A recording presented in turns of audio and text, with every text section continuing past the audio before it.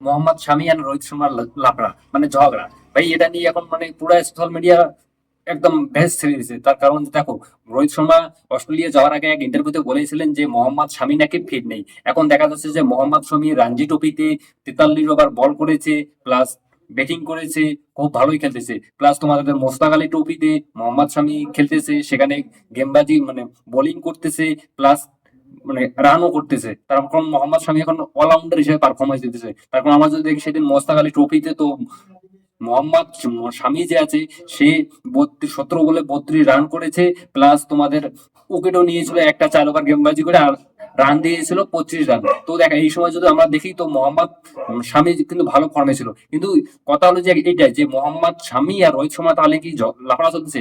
তার কারণ দেখো, রোহিত শর্মা বলেছিল যে সে নাকি ফিট নেই।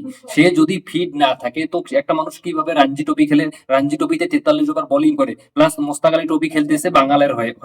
তাহলে তোমরাই ভাবো যে ম- ওই সময় কিন্তু মোহাম্মদ শামি বলেছিল যে আমি পুরাটাই ঠিক আছি, ঠিক আছে, আমি যেতে চাই। আর রোহিত শর্মা ইন্টারভিউতে বলেছিল যে আমি আমি না আমি কাউকে মানে আধা ঠিক হওয়া মানুষকে নিয়ে যেতে পারি না। এখন কথা হলো যে ভাই, রোহিত শর্মা তো নিয়ে যায়নি সেটা বড় কথা না, এখন বড় কথা যে টিম ইন্ডিয়ার যে পারফরমেন্সটা আছে, ঠিক আছে, পারফরমেন্সটা যদি আমরা অস্ট্রেলিয়ার বিরুদ্ধে দেখি, আমরা যদি জসপ্রীত বুমরাহকে ভাই ছেড়ে দেই, তো সবারই পারফরমেন্সটা যে দেখবো যে হর্ষিত রানা, মোহাম্মদ সিরাজ, তারপর তোমার বাকি যে বোলিং গুলা আছে, ঠিক আছে, এদের পারফরমেন্স একদম বেকার। তার কারণ সিরাজও তোর পারফরমেন্স কিন্তু বর্তমান নেই। তার কারণ আর এখন যদি আমরা দেখি আমাদের কাছে যদি মোহাম্মদ শামি থাকতো, তাহলে আমাদের কতটা ফায়দা হইতো।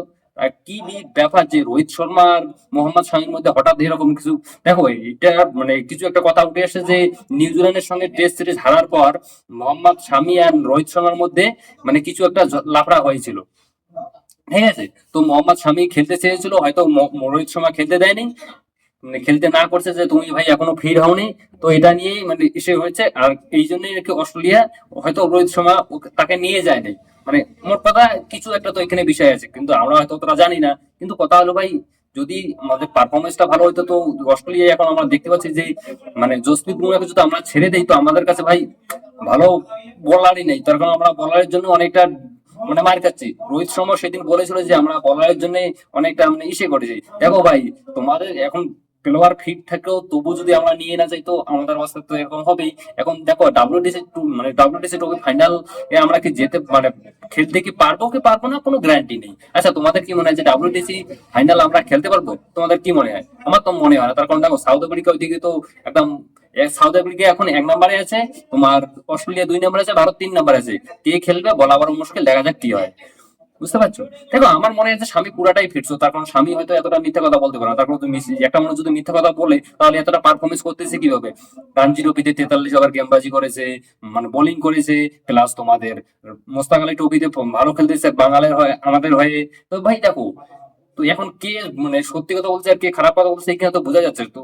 কে মানে বলেছিল যে মিথ্যা কথা। এখন দেখা যাক কি হয় এদের মধ্যে।